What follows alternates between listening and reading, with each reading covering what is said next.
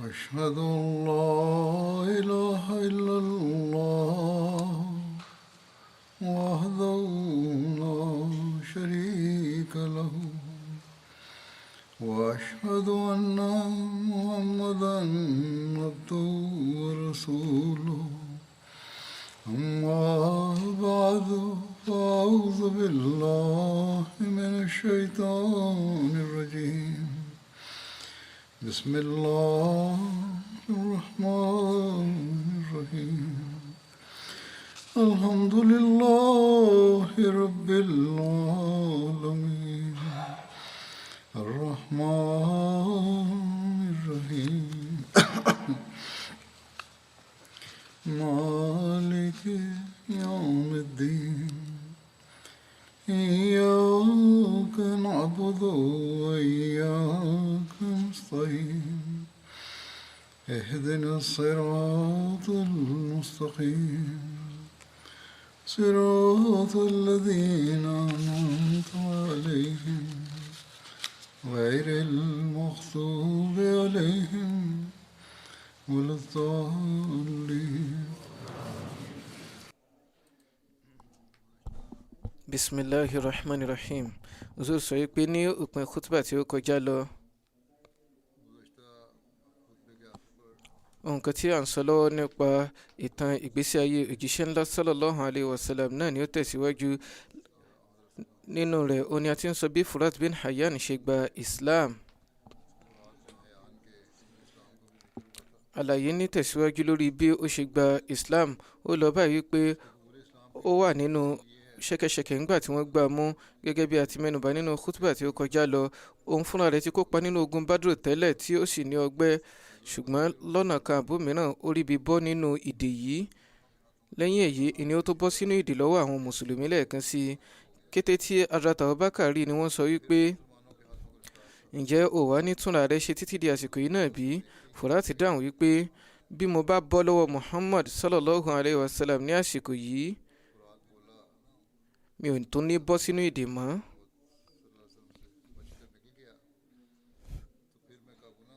Hazrat Abubakar wá wípé, ó dáa náà, ò bá kú gba Islam tó bá jẹ́ pé o fẹ́ bọ́ nínú ìdè. Ọ̀nà kan ṣoṣo tó wà fún ọ náà ni kí o gba Islam. Ní ṣókí, nígbà tí Furat bin Hayyan gbé ọ̀rọ̀ Hazrat Abubakar yìí,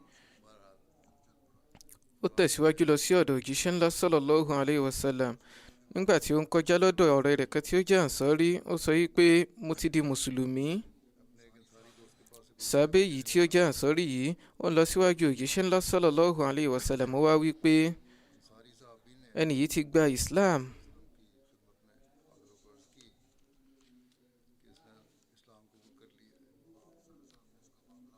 Òjíṣẹ́ ńlá sallallahu alayhi wa sallam wá fi bùkátà rẹ̀ sọ́wọ́ Ọlọ́run ọba, wọn wípé inna minkum rijalan nakiluhum ila imanihim.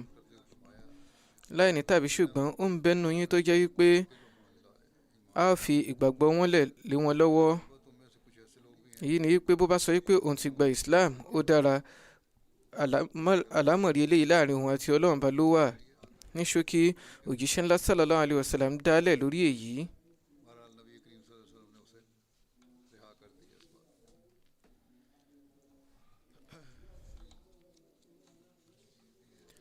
Ẹ̀là mìíràn tí ó tún wà ó ní wípé ọ̀wẹ̀ ogun kan bẹ tí ó jẹ́ ti Hazrat Zaid bin Harisa,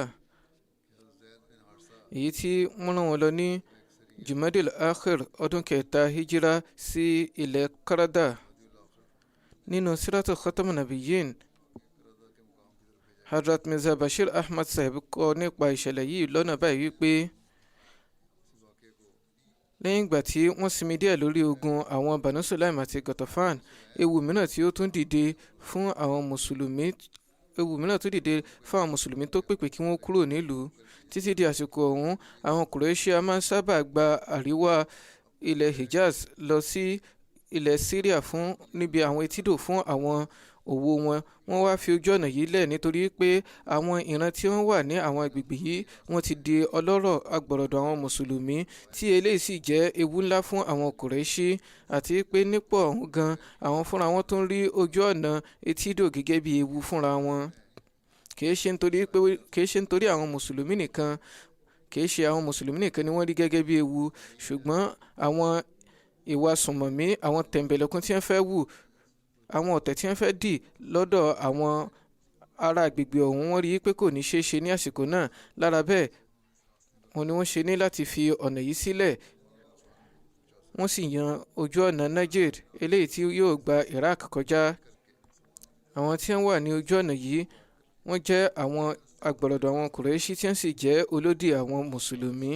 Ojú ọ̀nà ibi tí wọ́n máa gbà tẹ́lẹ̀, àwọn tí wọ́n wà ńbẹ̀ wọ́n ti pawọ́pọ̀, wọ́n ti di ọgbọ̀rọ̀dọ̀ àwọn mùsùlùmí.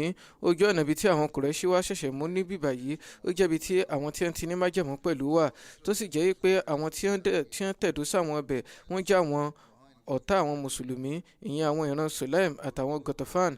Báyìí ló fi di pé ní oṣù Jumadil Akhir, òjíṣẹ́ ńlá sallallahu alayhi wa sallam ń gba ìró wípé àwọn ikọ̀ oníṣòwò àwọn Kùrẹ́ṣì kan láti Mákà wọ́n fẹ́ gba ojú ọ̀nà Najd lọ. Ó fojú hàn yìí pé ó ti di ewu ńlá ni ó jẹ́ fún àwọn mùsùlùmí bí wọ́n bá gba ojú ọ̀nà etídò kọjá, ṣùgbọ́n kí wọ́n tún wá lọ gba àwọn tí Najd yìí gan kọjá náà, òun fúnra rẹ̀ tún léwu jù fún àwọn mùsùlùmí, nítorí pé àwọn tí wọ́n tẹ̀dó sí ojú ọ̀nà ibẹ̀ wọ́n jẹ́ àwọn tí wọ́n ti pawọ́pọ̀ pẹ̀lú àwọn Kùrẹ́ṣì, tí àwọn sì jẹ́ ọ̀tá ìgbẹ̀bí fáwọn mùsùlùmí tí wọ́n fẹ́ gbẹ̀jẹ̀ wọn, tí ó sì jẹ́ pé wọ́n lè tàtàrí bẹ́ẹ̀ pawọ́pọ̀ ṣe àkọlù jíjì fún àwọn ará Medina, tàbí kí wọ́n wu ìwà kí wọ́n dá rògbòdìyàn sílẹ̀, àti pé ní àwọn ọ̀nà báyìí wọn yóò torí bí ṣe ìpẹ̀tùsí tí wọn yóò sì ṣe májẹ̀mú pẹ̀lú àwọn ará agbègbè ibẹ̀ ló ṣe kókó fún àwọn Kùrẹ́ṣì láti gba ojú ọ̀nà yìí. Lára bẹ́ẹ̀, kété tí òjíṣẹ́ ńlá sallallahu alaihi wasallam ń gba ìró yìí, ó ní wọ́n mú ẹrú wọn tí wọ́n dá sílẹ̀, ìyẹn Zaid bin Harisa, wọ́n fi ṣe adarí àwọn ikọ̀ àwọn sàábé kan. Abu Sufyan bin Harb àti Sufwan bin Humayya àti àwọn ìkàn báyìí náà wà nínú àwọn ikọ̀ oníṣòwò Kùrẹ́ṣì yìí lọ́jọ́ yìí. Zaid ó bójútó ojúṣe rẹ̀ pẹ̀lú ọgbọ́n tí ó tọ́ àti ìṣekánmọ́nkóbó títí tí ó fi gbá àwọn ọ̀tá ọ̀hún mú ní ilẹ̀ Kárádà ní ọwọ́lẹ̀ Najd. Ó ṣe àkọlù fún wọn lójijì débi pé àwọn Kùrẹ́ṣì wọ́n ní láti fi owó àti ohun gbogbo tí wọ́n ní wọ́n fi wọ́n sílẹ̀ ní ààyè ọ̀hún. Báyìí Zaid bin Harisa àti àwọn ènìyàn wọ́n kó àwọn ohun èrè ogun wá sí Medina ní ipò olúborí. Àwọn onítàn kan ti ní ìtọ́ka sí wípé arákùnrin kan Furat ni ó jẹ́ atọ́nà fún àwọn Kùrẹ́ṣì yìí tí ó bọ́ sí ìdè àwọn mùsùlùmí lásìkò yìí tí wọ́n sì padà dá sílẹ̀. Nínú ẹgbàá mìíràn wọ́n ní ìtọ́ka sí pé ó jẹ́ ìkan nínú alamí fún àwọn Kùrẹ́ṣì lọ́dọ̀ àwọn mùsùlùmí, ṣùgbọ́n lẹ́yìn ọ̀rẹ́yìn nígbà tó di mùsùlùmí, òun fúnra rẹ̀ ṣe híjírà lọ Medina.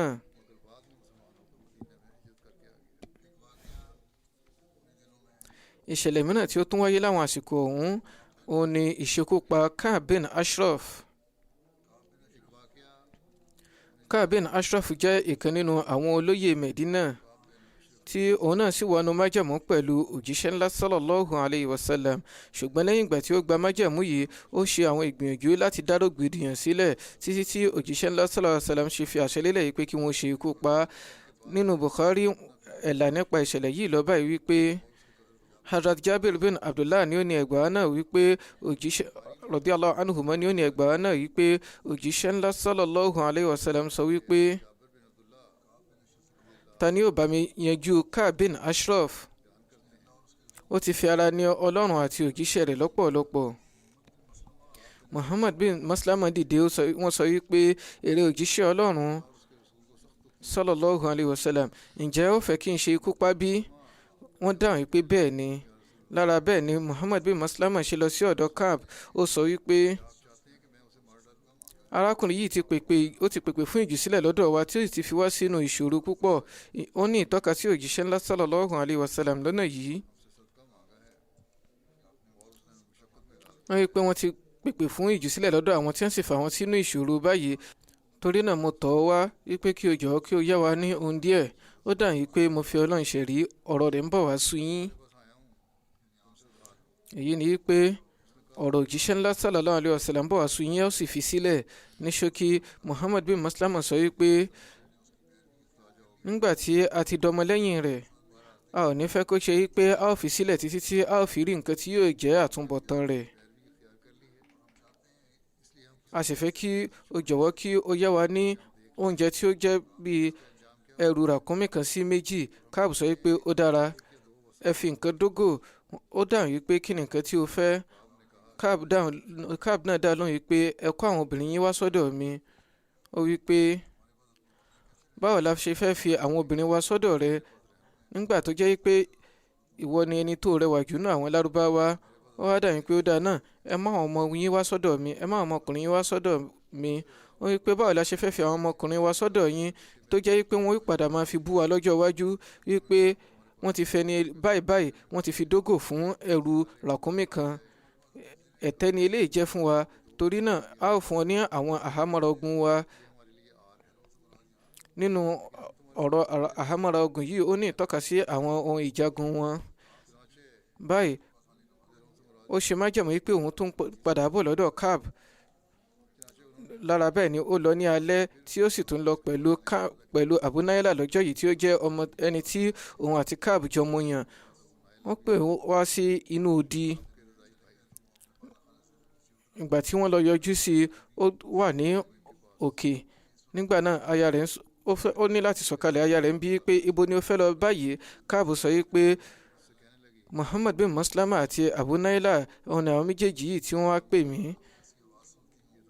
Aya rẹ̀ sọ wípé ohun tí mò ń gbọ́ yìí ó ń jọ bí ìgbà tí ẹ̀jẹ̀ ń dà tí ìtàjẹ̀sílẹ̀ wà. Káàbù wípé kódà bí a bá pe ẹni yìí láàrin òru láti wá ṣàkọlù láì ní tàbí ṣùgbọ́n yóò dìde. Ní ṣókí, Muhammad bin Maslama ti mú àwọn méjì pẹ̀lú rẹ̀ lọ́jọ́ yìí. Muhammad bin Maslama sọ wípé nígbà tí Káàbù bá ti dé, màá ṣe ìgbìyànjú láti mú irun rẹ̀ tí màá sì gbóòórùn rẹ̀. Nígbà tí ẹ bá rí i pé mo ti gbá orí rẹ̀ mú dáradára, ẹ bọ́ síta kí ẹ ṣe àkọlù fún kí ẹ sì yanjú iṣẹ́ rẹ̀.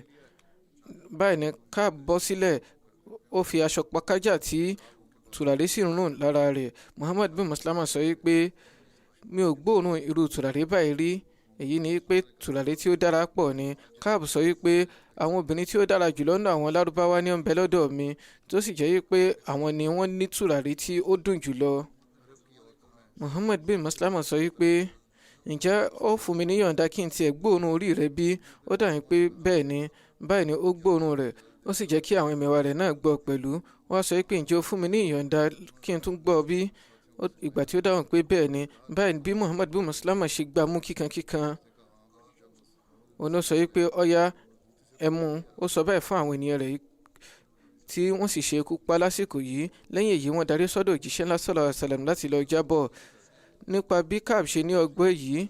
Ẹ̀là yìí tún wà ní ìtẹ̀síwájú nípa rẹ̀ nínú Umdatul Qari ti ẹ̀là Sahih Bukhari pé nígbà tí Muhammad bin Maslama tí òun àtàwọn èèyàn rẹ̀ ṣe àkọlù fún Ka'b bin Ashraf tí ó ṣe ikú pa, Hazrat Haris bin Auf tí ó jẹ́ ìkànnì wọn náà ní ọgbẹ́ lọ́jọ́ yìí. Báyìí etí idà àwọn ẹmẹ̀wà rẹ̀ ní ogun lọ́jọ́ yìí. Wọ́n tètè gbé lọ sí Medina tí wọ́n gbé síwájú òjíṣẹ́ ńlá sallallahu alaihi wasallam. Báyìí òjíṣẹ́ ńlá sallallahu alaihi wasallam fi itọ́ wọn síbi ọgbẹ́ Hazrat Haris bin Auf. Lẹ́yìn èyí kò ní ìrora mọ́.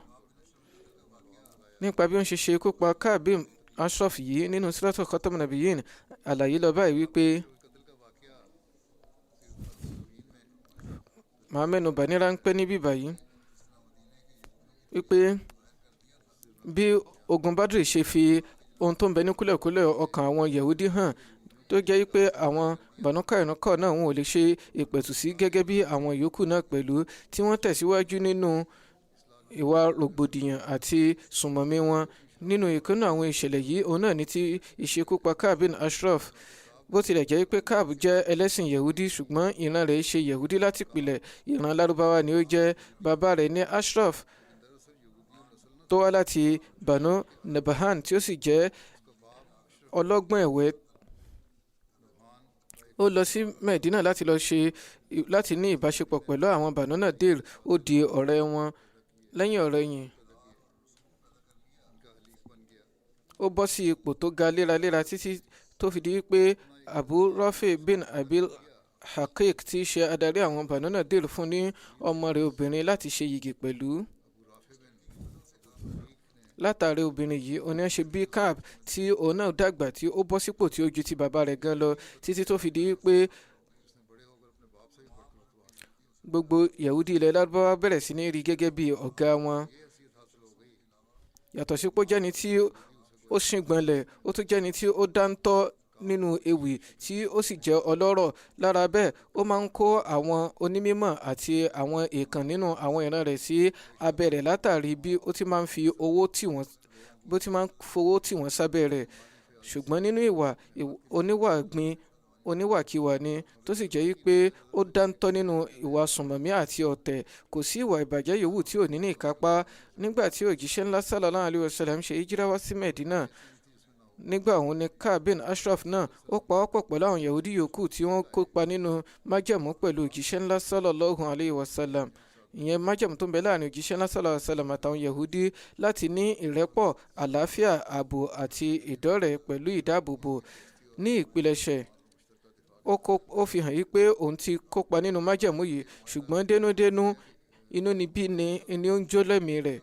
Báyìí ó tẹ̀síwájú láti máa dìtẹ̀ nídàkọ́ńkọ́ láti tako òjíṣẹ́ ńlá sallallahu alaihi wasallam àti Islam. Àkọsílẹ̀ wà yí pé Ka'b máa fún àwọn onímọ̀ àwọn Yahudi àti àwọn adarí ẹ̀sìn wọn ní owó ńláńlá lọ́dọọdún. Ṣùgbọ́n ní ẹ̀yìn hijira òjíṣẹ́ ńlá sallallahu alaihi wasallam, nígbà tí àwọn ènìyàn yìí lọ sí ọ̀dọ̀ rẹ̀ láti lọ gba owó ọ̀yà ọdọọdún wọn yìí, báyìí ni ó ṣe bẹ̀rẹ̀ sí ní bá wọn jíròrò nípa òjíṣẹ́ ńlá sallallahu alaihi wasallam. Ó wá bi wọ́n nípa pé nǹkan tó ń bẹ nínú ìlànà tírà ìsìn wọn, kí ni ìwòye wọn nípa òjíṣẹ́ ńlá. Wọ́n dáhùn yìí pé ó ń fojú hàn yìí pé ẹni yìí náà ni òjíṣẹ́ tí májẹ̀mú rẹ̀ ń bẹ nínú Tórà fún wa. Eléyìí bí Ka'b nínú lọ́pọ̀lọpọ̀ tí ó sì kanra mọ́ wọn tí ó lé gbogbo wọn dànù lọ́jọ́ yìí. Owó tá a máa fún wọn tẹ́lẹ̀ kò fún wọn mọ́. Nígbà tí ó di pé jíjẹ àwọn onímọ̀ àwọn Yahudi yìí tí ó dópin, báyìí wọ́n darí sọ́dọ̀ rẹ̀, wọ́n sọ wípé ó jọ a ṣàṣìṣe lórí àwọn àmì ọ̀hún gan ni a ti ronú nípa rẹ̀ báyìí. Ó fojú hàn pé Muhammad sallallahu alaihi wasallam kọ́ ni òjíṣẹ́ tí ó ń bẹ nínú májẹ̀mú yìí. Eléyìí dùn mọ́ Ka'b, ó tẹ́ lọ́rùn tí ó sì tẹ̀síwájú láti tún máa fún wọn lówó yìí padà. Ní ṣókí, eléyìí kè jẹ́ ìdòdì ẹ̀sìn, eléyìí tó jẹ́ pé bó tilẹ̀ jẹ́ pé ọ̀nà tí ò tọ́ ni ó ṣe fi lọ́lẹ̀, síbẹ̀ náà èèyàn lè fi ẹ̀sùn fún èèyàn, bẹ́ẹ̀ sì ni wọn ò lè fi ìjìyà jẹ. Eléyìí ò sì jẹ́ nǹkan tí wọ́n lè gbà mú àbí wọ́n lè bá wílé lórí. Ṣùgbọ́n ewu Ka'b tó bẹ̀rẹ̀ sí ní gbòòrò sí i, ó tẹ̀síwájú láti máa gbèrú. Lẹ́yìn ogun Badr, ó sì bẹ̀rẹ̀ sí ní ṣe àfihàn àwọn ìwà rògbòdìyàn àti fìtínà tí ó lékè, èyí tí ó kó àwọn mùsùlùmí sí ipò ẹlẹgẹ́, ipò tí ó léwu. Ní ìpilẹ̀ṣẹ̀, Ka'b ti máa níwòye pé àwọn mùsùlùmí kàn ní ìwúrí ráńpẹ́ ni fún ẹ̀sìn wọn ní àsìkò náà. Lẹ́yìn ọ̀rẹ̀yìn, oníkálukú wọn bọ̀ wá pín yẹ́lẹyẹ̀lẹ tí wọn yóò sì darí sí inú àwọn ẹ̀sìn baba ńlá wọn. Ṣùgbọ́n nígbà tí ó jẹ́ pé ní inú ogun Badr, àwọn mùsùlùmí ní ìborí tí àwọn ènìyàn rò tẹ́lẹ̀, tí wọ́n ìṣekúpa ọ̀pọ̀lọpọ̀ àwọn olóyè àwọn Kùrẹ́ṣì. Ìgbà wọn ni ó gbọ́ àgbọ́yé pé ó fojú hàn pé ẹ̀sìn tuntun yìí ò ní kú fúnra rẹ̀ o. Lára bẹ́ẹ̀, lẹ́yìn Badr, ó bẹ̀rẹ̀ sí ní sa gbogbo àpọn rẹ̀ láti fi òpin sí Islam àti láti pa Islam run. Ìgbà tí ó kọ́ fi inúnibíni rẹ̀ àti owú jíjẹ rẹ̀ yìí hàn, òun náà nígbà tí ìròdé Medina nípa ìborí Badr. Kété tí ó gbọ́ ọ̀rọ̀ yìí, oní Ka'b sọ gbangba yìí pé irọ́ ni eléyìí jẹ́. Eléyìí ó fojú hàn wípé irọ́ pátápátá ni, torí pé kò ṣeé ṣe wípé Muhammad sallallahu alaihi wasallam á borí àwọn ọmọ ogun Kùrẹ́ṣì ńlá yìí. Wọ́n tún wá pa àwọn èèkàn àwọn Kùrẹ́ṣì báyìí. Tọ́rọ̀ yìí bá jòdodo, a jẹ́ pé kéèyàn kú sunwọ̀n ju ìṣẹ̀mí lọ. Ṣùgbọ́n nígbà tí òdodo padà fojú hàn, tí Ka'b sì rí pé lódodo ìborí Badr ó ti mú àwọn mùsùlùmí fẹsẹ̀ rinlẹ̀, eléyìí tí wọn ò nírètí rẹ̀ tẹ́lẹ̀. Báyìí ni inúnibíni rẹ̀ bẹ̀rẹ̀ sí ní gbèrú sí i, tí ó ó kanra lọ sí Maka. Ó débẹ̀ ó bẹ̀rẹ̀ sí ní lo àwọn ọ̀rọ̀ ewì àti ọ̀rọ̀ ìtànjẹ rẹ̀ ní kíkankíkan láti dá iná ogun sí ọkàn àwọn Kùráíṣì. Ó tì wọ́n gbọ̀ngbọ̀n, ó sì jẹ́ kí ẹ̀mí wọn kún fún òǹgbẹ ẹ̀jẹ̀ àwọn mùsùlùmí. Ó jẹ́ kí ẹ̀mí wọn kún fún inúnibíni àti ìkanra láti gbẹ̀san. Nígbà tí ó rí i pé inúnibíni wọn ti gbèrú tán, báyìí ni ó mú wọn lọ sí ibi Kaaba. Ó sì ní kí ó jẹ́ kí wọ́n gbá, ó fi gàgà Kaaba lé wọn lọ́wọ́, tí ó ń sọ fún wọn láti búra yí pé títí tí wọn ò ṣe pa Islam rẹ́ àti olùdásílẹ̀ rẹ̀, wọn ò ní fẹ̀dọ̀ lórí òróǹro. Lẹ́yìn tí ó rúnà ogun yìí ní Mecca, báyìí lẹ́ni àánú yìí ó tún bẹ̀rẹ̀ sí ní dojúkọ àwọn ìran Lárúbáwá lọ́kan òjọ̀kan láti lọ dáná ogun láti tì wọ́n gbọ̀ngbọ̀n tako àwọn mùsùlùmí. Lẹ́yìn náà ó tún á darí sí Medina. Ó tún bẹ̀rẹ̀ sí ní lo àwọn ọ̀rọ̀ rẹ̀ láti sọ̀rọ̀ ẹ̀gbin ọ̀rọ̀ kòbákùngbé nípa àwọn obìnrin mùsùlùmí, débi pé kódà kò dá àwọn obìnrin òjíṣẹ́ ńlá sallallahu alaihi wasallam ńlẹ̀ nínú ọ̀rọ̀ búburú rẹ̀. Ó sì bẹ̀rẹ̀ sí ní polongo àwọn ọ̀rọ̀ kọ́rọ̀ rẹ̀ káàkiri.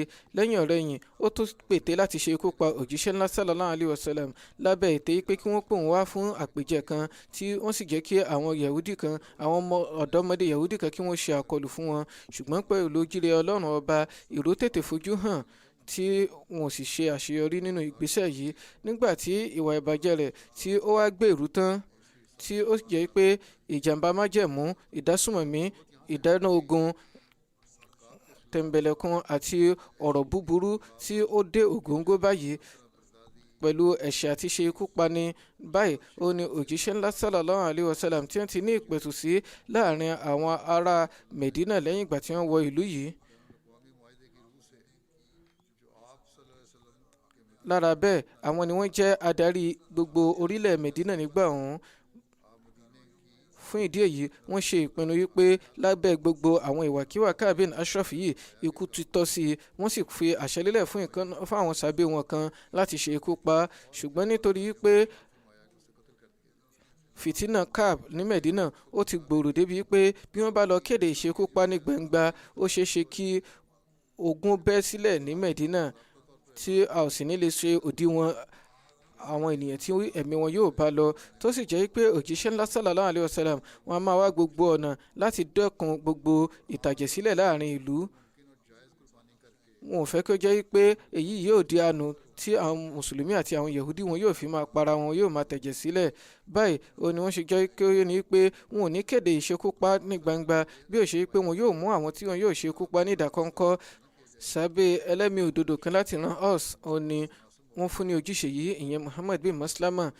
Wọ́n á ní kíkí mọ́ fún yín pé ọ̀nà yòówù tí yóò bá gbà, ó gbọ́dọ̀ jẹ́ pẹ̀lú ọ̀rọ̀ ìyànjú Sa'd bin Mu'az tí ṣe adarí àwọn ìran Aus. Muhammad bin Maslama sọ wípé ìrẹ òjíṣẹ́ Ọlọ́run ọba, láti ṣe ikú pa ní ìdákọ́ńkọ́, àwọn ọ̀rọ̀ kan gbọ́dọ̀ wà nílẹ̀. Ìyẹn ni pé wọ́n gbọ́dọ̀ mú àwáwí kan fi mú jáde, eléyìí tí wọ́n fi mú Ka'b lọ sí ibi tí yóò láàbò láti ṣe ikú pa.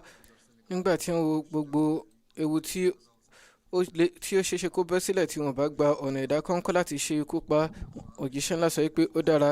Lára bẹ́ẹ̀, Muhammad bin Maslama gba ìwòye Sa'd bin Mu'az. Wọ́n á mú Abu Naila àti àwọn sàbẹ́bí 2 sí 3 míì lọ sí ọ̀dọ̀ Ka'b. Wọ́n pe Ka'b wá sí kọ̀rọ̀ ilé rẹ̀, tí wọ́n sọ pé ènìyàn wa, ìyẹn òjíṣẹ́ ńlá sallallahu alaihi wasallam, ó ti pèpè fún ìjìsílẹ̀ lọ́dọ̀ wa tí a sì wà nínú ìpọ́njú. Ǹjẹ́ o lè ṣàánú wa kó yá wa ní àwọn ohun díẹ̀? Nígbà tí Ka'b gbọ́ eléyìí, inú rẹ̀ dùn. Ó sọ pé mo fi Ọlọ́run ṣẹ̀rí, kò sí ṣòro, láìpẹ́ láì jìnnà ó ń bọ̀ wá sú yín tí ó sì fi sílẹ̀. Báyìí Muhammad bin Maslama dáhùn wípé àwòkú ti gba Muhammad sallallahu alaihi wasallam báyìí, tí a sì ń retí kí ni yóò jẹ́ àtúbọ̀tán rẹ̀. Ṣùgbọ́n ìwọ sọ fún wa, ṣó yá wa ni àbó ò ní yá wa? Ka'b sọ pé bẹ́ẹ̀ ni, tí ó bá jẹ́ pé ẹ ti ní àwọn nǹkan tẹ́ fi dógò. Ó kọ́kọ́ pèrè fún àwọn ọmọbìnrin, lẹ́yìn náà ó béèrè fún àwọn ọmọ, gẹ́gẹ́ bí a ti mẹ́nubà nínú ẹgbàá ti Bukhari ní ṣáájú. Lẹ́yìn ọ̀rẹ́yìn, wọ́n panupọ̀ lórí pé yóò fi àwọn ohun ìjagun dógò. Eléyìí sì ni Ka'b gbà. Muhammad bin Maslama mú àwọn ẹ̀mẹ̀wà rẹ̀ lọ wípé àwọn ń bọ̀ wá padà, àwọn ò darí wá. Nígbà tí ó di òru, àwọn ọkọ̀ yìí wọ́n lọ sí ilé Ka'b pẹ̀lú àwọn ohun ìjà ogun wọn tí wọ́n sì mú jáde. Wọ́n jọ ń sọ̀rọ̀ lọ. Nígbà tí wọ́n sì jọ rìn síwájú díẹ̀, àwọn sàábé tí wọ́n ti mú àwọn ohun ìjà ogun dání yìí wọ́n fa idà yọ, wọ́n yìí ṣe ikú pa á.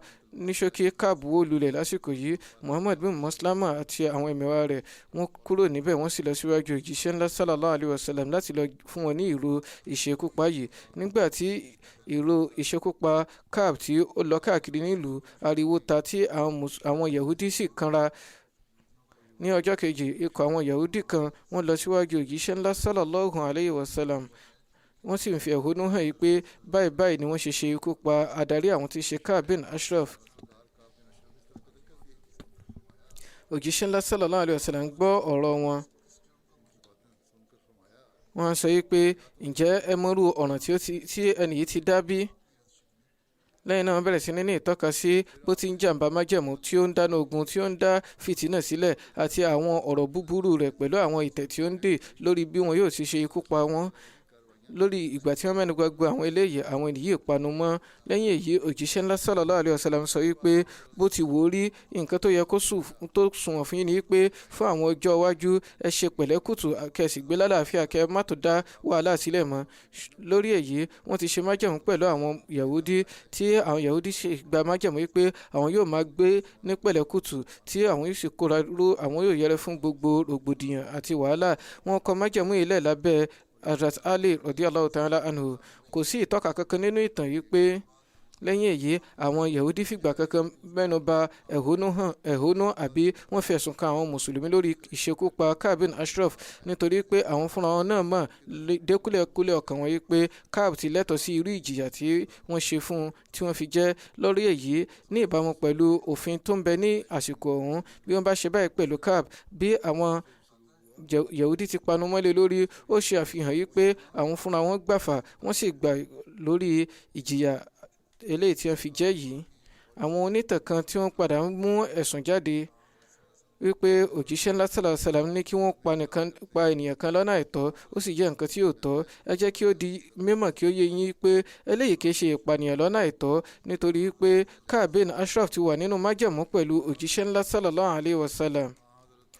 Kò tiẹ̀ sọ̀rọ̀ lórí pé báyá yóò tiẹ̀ máa dọ̀tẹ̀ àwọn mùsùlùmí, nítorí pé ó ti ṣe májẹ̀mú wípé òun yóò ṣe àránṣe fún àwọn mùsùlùmí ní àtakò gbogbo àwọn ọ̀tá òde.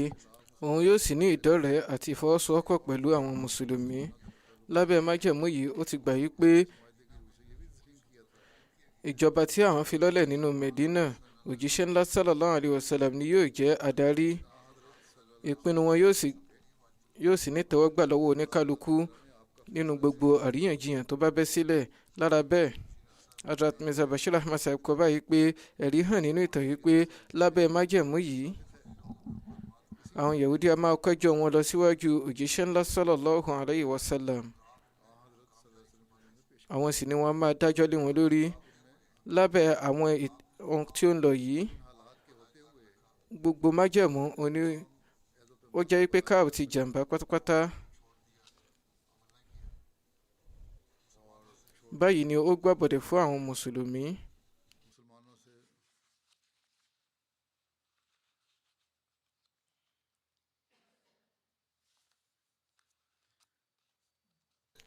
Kódà tààràtà ó gbàbọ̀dẹ̀ fún ìjọba àsìkò. Kì í tiẹ̀ ṣe pé ó gbàbọ̀dẹ̀ fún àwọn mùsùlùmí nìkan, ó gbàbọ̀dẹ̀ fún ìjọba àsìkò, nítorí pé òjíṣẹ́ ńlá sallallahu alayhi wa sallam ní adarí ìjọba.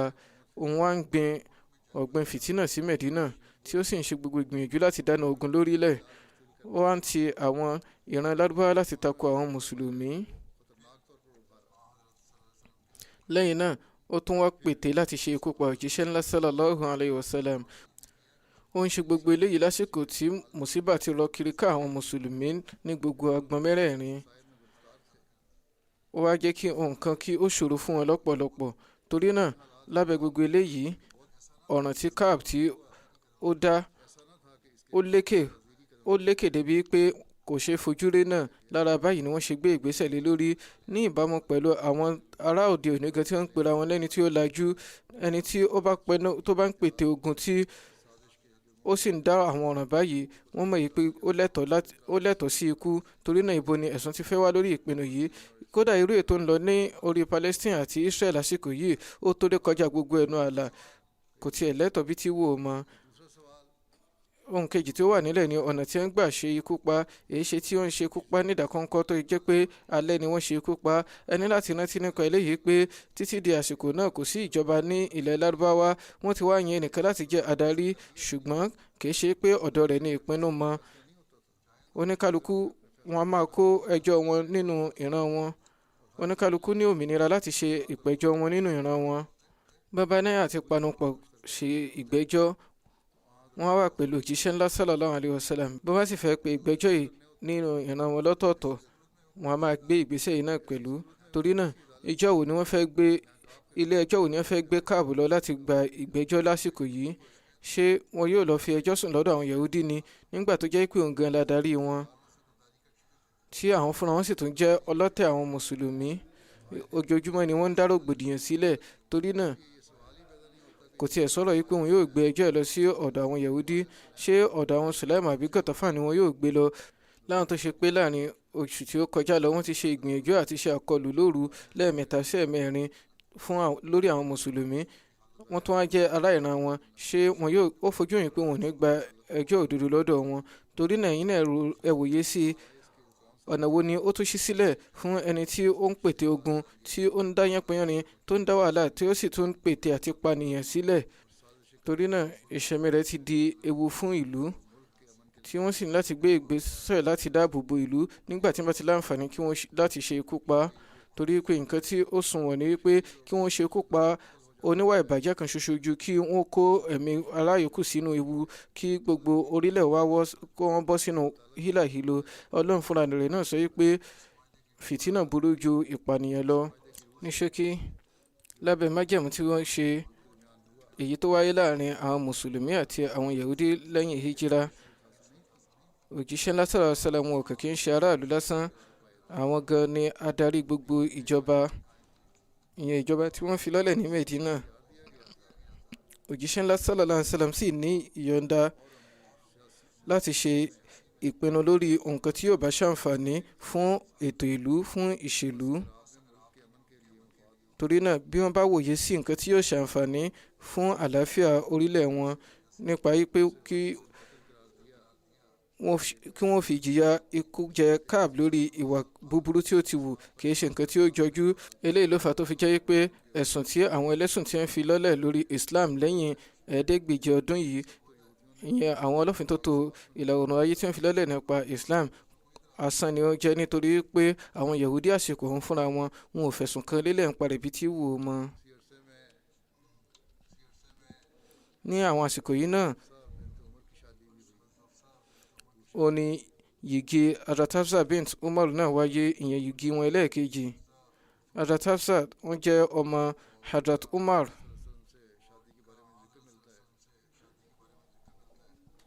Àlàyé tó sì ń bẹ nípa bí wọ́n ṣe ṣe yìgì pẹ̀lú òjíṣẹ́ ńlá sallallahu alayhi wa sallam lọ báyìí pé ọkọ Hazrat Hafsa kópa ní ogun Badr. Nígbà tí wọ́n sì darí, ó ní wọ́n wà nínú àárẹ̀ tí wọ́n papòdà. Wọ́n kópa nínú ogun, lẹ́yìn náà wọ́n darí, wọ́n wà nínú àárẹ̀, wọ́n sì papòdà. Lẹ́yìn èyí ó ní òjíṣẹ́ ńlá sallallahu alayhi wa sallam ṣe yìgì pẹ̀lú Hazrat Hafsa. Ẹ̀la rẹ̀ wà nínú Bukhari báyìí wípé Hazrat Abdullah bin Umar ni ó ní ẹgbàá wá wípé nígbà tí Hazrat Hafsa bint Umar di opó Hunais bin Hudafa Sami,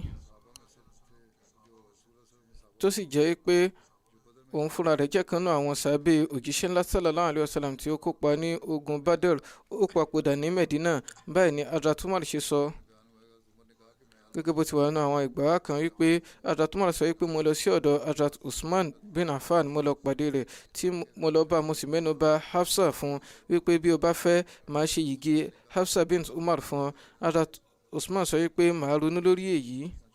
Hazrat Umar sọ wípé mo dúró fún àwọn ọjọ́ díẹ̀.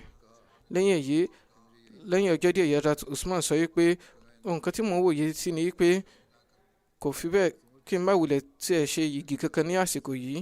Hazrat Umar sọ wípé lẹ́yìn èyí mo lọ sí ọ̀dọ̀ Hazrat Abubakar wípé bí ẹ bá fẹ́ mo lè ṣe yìgì Hafsa bint Umar fún yín. Hazrat Abubakar dákẹ́lẹ́ lórí, wọn ò sì fún mi lésì kankan. Hazrat Umar máa ń wí pé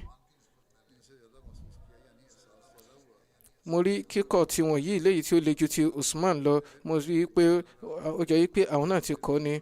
Wọ́n ní lẹ́yìn ọjọ́ díẹ̀ mo rọsẹ̀ fúngbà díẹ̀. Lẹ́yìn èyí ó ní òjíṣẹ́ ńlá sallallahu alaihi wasallam fi ìró ránṣẹ́ láti ṣe yìgì pẹ̀lú Hazrat Hafsa tí mo sì ṣe yìgì rẹ̀ pẹ̀lú wọn.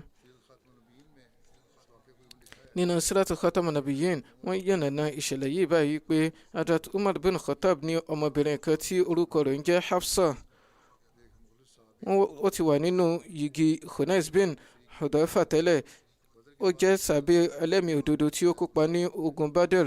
Nígbà tí ó sì darí láti Badr ó ní àárẹ̀ eléyìí tí ẹ̀mí rẹ̀ bá lọ. Lẹ́yìn ìgbà tí wọ́n papòdà fúngbà díẹ̀ ó ní Hazrat Umar pèpè fún wọn bẹ̀rẹ̀ sí ní wòye sí bí yóò ṣe ṣe yìgì ẹlẹ́ẹ̀kejì. Nígbà ọ̀hún Hafsa ti ju ọmọ 20 ọdún lọ. Látàrí bí Hazrat Umar fúnra wọn bí wọ́n ṣe jẹ́ oníwọ̀ntúnwọ̀nsí, wọ́n lọ bá Hazrat Usman bin Affan fúnra wọn láti tọrọ wípé ọmọ mi Hafsa ti di opó báyìí, bí ẹ bá fẹ́ ẹ lè ṣe yìgì pẹ̀lú rẹ̀. Ṣùgbọ́n Hazrat Usman wọ́n yẹra fún àkòrí yìí. Lẹ́yìn èyí Hazrat Umar lọ mẹ́nubà fún Hazrat Abubakar, ṣùgbọ́n Hazrat Abubakar náà tún dákẹ́ lé lórí, wọn ò sọ nǹkan kan. Eléyìí ó bà Hazrat Umar lọ́kàn jẹ́. Nínú ipò yìí òun ni wọ́n wà tí wọ́n ṣe lọ síwájú òjíṣẹ́ ńlá sallallahu alaihi wasallam tí wọ́n sì yànnàná ohun gbogbo tí ó ṣẹlẹ̀. Wọ́n wá sọ wípé ìrẹ Umar má wulẹ̀ ṣe yọnu. Bí Ọlọ́run bá fẹ́, Ọlọ́run bá yóò fún Hafsa ní ọkọ tí ó dára ju Usman àti Abubakar lọ, tí Usman náà yóò sì rí aya tí ó dára ju Hafsa lọ. Wọ́n sọ gbólóyìn nítorí pé wọ́n ti ṣe ìpinnu láti ṣe yìgì pẹ̀lú Hazrat Hafsa tí wọ́n sì fẹ́ fi ọmọ wọn Ummul Kulthum fún Hazrat Usman. Eléyìí tí Hazrat Usman àti Hazrat Abubakar mọ̀ nípa rẹ̀. Èyí ni ó fà tí wọ́n ṣe kọ ìpèpè Hazrat Umar. Ìgbà díẹ̀ lẹ́yìn èyí ni òjíṣẹ́ ńlá sallallahu alaihi wasallam fi ọmọ wọn Ummul Kulthum fún Hazrat Usman, tí àwọn fúnra wọn náà sì fi ìpèpè ránṣẹ́ láti ṣe yìgì pẹ̀lú Hafsa fún Hazrat Umar. Kí ni nǹkan tí Hazrat Umar fẹ́ tí ó tún dára ju eléyìí lọ? Tayọ̀tayọ̀ òun ni wọ́n gba ìpèpè yìí. Ní Shaban ọdún kẹta Hijra òun ni Hazrat Hafsa ni wọ́n ṣe yìgì pẹ̀lú òjíṣẹ́ ńlá sallallahu alaihi wasallam tí wọ́n sì di ara lé òjíṣẹ́. Nígbà tí yìgì yìí wáyé tán, Hazrat Abubakar sọ fún Hazrat Umar wípé bóyá nǹkan kan dùn ọ́ nípa mi bí? In tó wà ń bẹ̀ ni pé mo ti mọ nǹkan tí òjíṣẹ́ ńlá sallallahu alaihi wasallam fẹ́, ṣùgbọ́n mi ò lè fi àṣírí wọn hàn láì jẹ́ pé wọ́n fi ìyọ̀ǹda lọ́lẹ̀. Ìbá jẹ́ pé òjíṣẹ́ ńlá sallallahu alaihi wasallam ò bá ní èrò yìí lọ́kàn ni, tayọ̀tayọ̀ ni ìbá fi ṣe yìgì pẹ̀lú Hafsa. Ìkànnù òye tí ó tún wà nínú bí wọ́n ṣe ṣe yìgì pẹ̀lú Hazrat Hafsa ni pé ó jẹ́ ọmọ Hazrat Umar, gẹ́gẹ́ bí ó ti jẹ́ pé ẹni tí àwọn èèyàn rí gẹ́gẹ́ bí ẹni tó níyì jùlọ lẹ́yìn Hazrat Abubakar òun nìyí, tí ó sì jẹ́ ìkànnù àwọn tí ó súnmọ́ òjíṣẹ́ ńlá sallallahu alaihi wasallam jùlọ. Báyìí ó ní ìbáṣepọ̀ wọn yìí tún dúró gbọ̀ngbọ̀n. Eléyìí sì tún jẹ́ ọ̀nà ìrẹnilẹ́kún fún àánú tí Hazrat Umar àti Hazrat Hafsa kò látàrí bí Khunais bin Hudayfa ṣe kú láìtó ọjọ́. Torí náà òjíṣẹ́ ńlá sallallahu alaihi wasallam wòye pé kí àwọn fúnra wọn ṣe yìgì pẹ̀lú Hafsa. Òye mìíràn tí ó tún wà ń bẹ̀ òun ni wípé bí aya òjíṣẹ́ ńlá sallallahu alaihi wasallam bá ti pọ̀ tó, bẹ́ẹ̀ náà ni àwọn tí wọn yóò jẹ́ ẹlẹ́kọ̀ọ́ olùpolongo ẹ̀sìn fún àwọn tí wọ́n jẹ́ ìlàjì ọmọnìyàn, ìyẹn àwọn obìnrin tàbí tí wọ́n tún ju ìlàjì ọmọnìyàn lọ, bẹ́ẹ̀ ni wọn yóò ṣe lọ nírọ̀rùn tó. Hazrat Mirza Bashir Ahmad Sahib wọ́n tún tẹ̀síwájú báyìí pé bí ọdún 21 ni Hazrat Hafsa wà nígbà tí wọ́n ṣe yìgì. Wọ́n tún wá jẹ́ ọmọ ẹni tí ó jẹ́ ìkànnù àwọn ẹni yìí nínú àwọn sàbẹ̀ tí wọ́n torí náà wọ́n ní ipò ńlá nínú àwọn aya mímọ́. Wọ́n sì tún súnmọ́ Hazrat Aisha lọ́pọ̀lọpọ̀, tó fi jẹ́ pé àwọn àìdè gan tá máa sábà wáyé láàrin orogún, àwọn méjèèjì yìí máa ń nífẹ̀ẹ́ ara wọn lọ́pọ̀lọpọ̀. Hazrat Hafsa mọ̀ọ́kọ̀mọ̀ọ́ká báyìí náà ló ṣe wà nínú hadith kan wípé wọ́n ti kọ́ kíkà látọ̀dọ̀ Shifa bint Abdullah tí í ṣe sàbẹ̀bìnrin kan. Wọ́n papòdà ní ọdún 45 Hijra nígbà tí wọ́n wà ní bí ọmọ ọdún 63. Ní àwọn àsìkò yìí náà òun náà ni ìbí Hazrat Imam Hassan wáyé. Hazrat Imam Hassan bin Ali bin Abu Talib a bí wọn ní àárín Ramadan ọdún kẹta hijira. Àwọn kan sọ pé oṣù Shaban ọdún kẹta hijira ni a bí wọn. Àwọn kan sọ pé ọdún kan lẹ́yìn ogun Uhud ni. Àwọn kan sọ pé ọdún méjì lẹ́yìn ogun Uhud ni. Ṣùgbọ́n Alama Ibn Hajar al-Asqalani sọ nínú ẹ̀là Bukhari pé ìwòye àkọ́kọ́ ni ó tọ́ tí ó sì fẹsẹ̀ rinlẹ̀ jùlọ. Hazrat Ali ti sọ orúkọ wọn ní Harb ní ṣáájú, ṣùgbọ́n òjíṣẹ́ ńlá sallallahu alaihi wasallam yí orúkọ yìí dà sí Hassan. Ọjọ́ keje lẹ́yìn tí a bí wọn, ó ní wọ́n ṣe àkíkọ̀ wọn, wọ́n sì fa irun orí wọn. Wọ́n wá fún wọn ní àṣẹ wípé bí òṣùwọ̀n irun orí wọn bá ṣe pọ̀ tó náà ni kí wọ́n ṣe ìjùsílẹ̀ fàdákà. Fadal sọ níwájú òjíṣẹ́ náà sàlám wípé èrè òjíṣẹ́ Ọlọ́run ọba, mo ti ní àlàyé pé ẹsẹ̀ yín kan wọ inú ilé mi, àbọ̀ sọ wípé wọ ìyẹ̀wù mi. Òjíṣẹ́ náà sàlám sọ wípé àlá rere ni orí. Fatima bọ̀ wá bí ọmọ kan, wàá tọ́jú rẹ̀, wàá sì fún lọ́yàn pẹ̀lú Kuthum. Fadal jẹ́ aya àbúrò bàbá òjíṣẹ́ náà sàlám tí í ṣe Hazrat Abbas, tí Kuthum sì jẹ́ ọmọ wọn. Báyìí ni a bí Imam Hassan tí wọ́n sì fún lọ́yàn pẹ̀lú Kuthum ọmọ wọn. Nígbà kan rí wọ́n bi Hazrat Hassan bin Ali wípé ǹjẹ́ ẹ rántí ohunkóhun nípa òjíṣẹ́ ńlá sallallahu alaihi wasallam, ẹ jọ̀wọ́ ẹ rọ̀ fún wa. Wọ́n wí pé mo rántí nǹkan kan nípa òjíṣẹ́ ńlá sallallahu alaihi wasallam. Nígbà kan mo mú ìkànnà àwọn dàbínù ìjùsílẹ̀ sẹ́nu.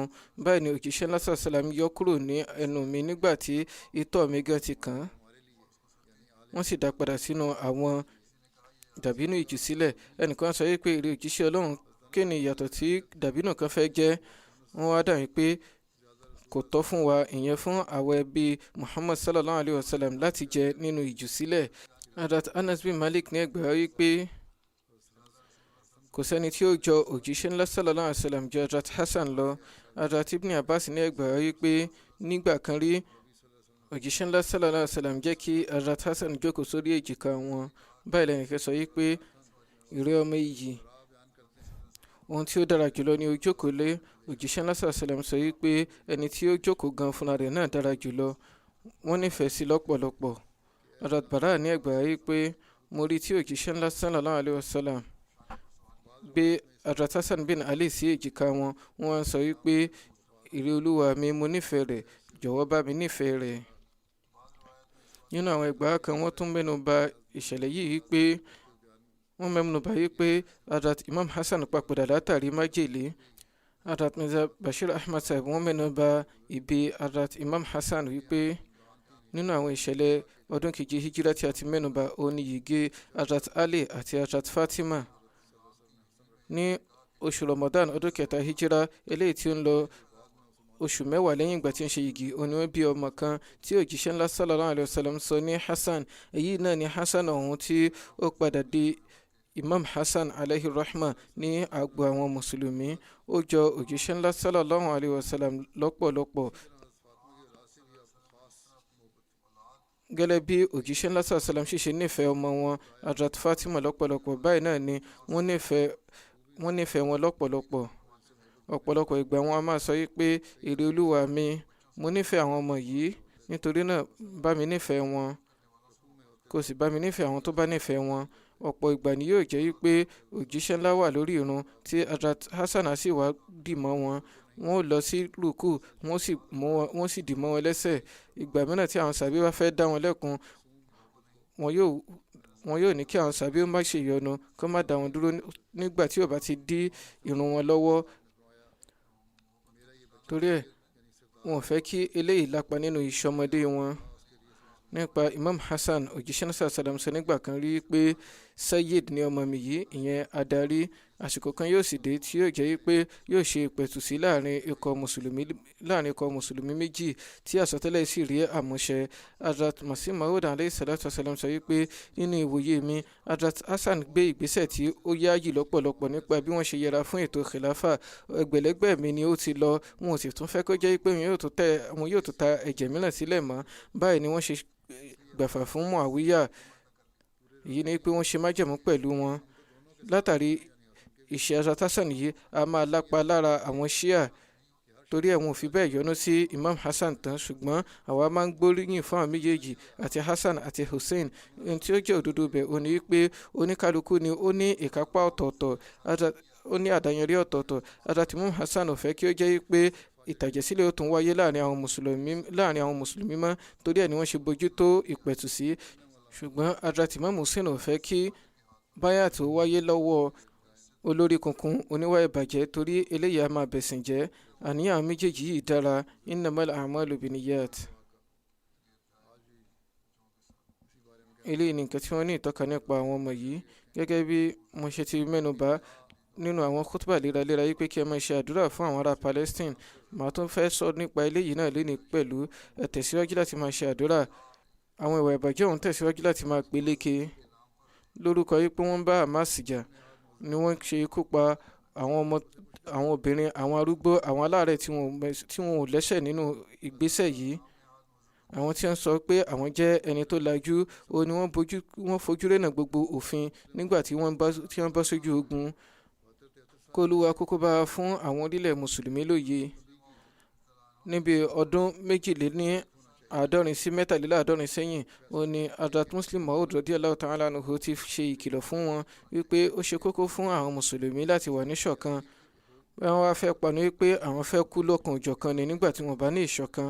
wọn yóò kó para wọn ní ọ̀kan òjọ̀kan, àbí kí wọ́n pawọ́pọ̀, kí wọ́n sọra wọn lọ́kan, kí wọ́n ṣera wọn lọ́kan, kí wọ́n lè níyà ìnípẹ̀kun. ìbásùn wọn kó jẹ́ pé àwọn ènìyàn sì lè gbọ́ àgbọ́yé eléyìí lásìkò yìí, kí wọ́n lè ní ìṣọ̀kan. ó ti wá débi pé ẹnìkan ti ń sọ fún mi ní ìsìn yìí pé wọ́n sọ pé àwọn tí wọ́n bá lọ fún umrah, wọn ti ẹ̀ gbọ́dọ̀ sọ nǹkan kan nípa ogun tó ń lọ láàrin Israeli àti Palestine. èyí ni àṣẹ tí wọ́n ń fún wọn nígbà tí wọ́n bá ń fún wọn ní ìwé ìwọ̀lú àbí ìtọ́sọ́nà tí wọ́n ń fi lélẹ̀. bó bá jẹ́ pé òdodo ni eléyìí, á jẹ́ pé ìṣàfihàn ọjọ́ tó burú jùlọ òun nìkan tí ó fojú hàn nínú àwọn ìjọba mùsùlùmí yìí. bó ti wò ó rí, ẹ̀yin láti ṣe ẹ̀tọ́ umrah. bí àwọn ènìyàn bá ti ń kópa nínú umrah náà, wọn ò ní láti máa jíròrò lórí irú nǹkan báyìí. ṣùgbọ́n bó ti wò ó rí, wọ́n ṣàlẹ̀ láti ṣàdúrà fún àwọn tí wọ́n fara ní nílẹ̀ Palestine. a sùn fún àwọn tí wọ́n lọ láti rántí wọn ní àdúrà. àwọn ìjọba mùsùlùmí kọ̀ọ̀kan náà ń gbóhùn lásìkò yìí, ṣùgbọ́n ohun tó lẹ́ni tó lẹ púpọ̀. wọ́n ń gbà wọn kọ̀ọ̀kan, ṣùgbọ́n èyí tó lẹ́ni ọ̀dọ̀ àwọn tí wọ́n ṣe mùsùlùmí àbí àwọn ìjọba àtàwọn olóṣèlú wọn ni wọ́n ń gbé ohun tó lókun nínú dìde. kọ́nà ó kú fún àwọn mùsùlùmí náà ní ìgboyà àti òye. ẹni tí ó jẹ́ Secretary General àjọ ìṣọ̀kan ayé, ó ń sọ̀rọ̀ tó tọ́ lásìkò yìí, ó ń sọ̀rọ̀ dáradára, ṣùgbọ́n ó jẹ́ pé ohun rẹ̀ ò tiẹ̀ já mọ́ kankan. ní tó ń jọ ní pé ńgbà tí ogun yìí yóò bá fi dópin, ìyẹn bí ogun yìí bá lọ gbèrú tí ó bọ́ sípò ogun àgbáyé, a jẹ́ pé àjọ ìṣọ̀kan ayé gan náà ń bọ̀ wá dópin látàrí bẹ́ẹ̀. kọ́lọ́hún fún ọmọ aráyé ní làákàyè. níṣẹ́ ló jọ pé ọmọ aráyé ń bọ́ sínú ìparun. àwọn tí yóò wá ṣẹ́kù lẹ́yìn ìparun yìí, kọ́lọ́hún bá fún wọn ní òye, kó sì fún wọn láǹfààní àti darí sójú ọ̀nà Ọlọ́run ọba. ní tiwa, àwa ní láti ṣàdúrà lọ́pọ̀lọpọ̀ lórí èyí kí Ọlọ́run bọ́ ṣe àánú ọmọ aráyé.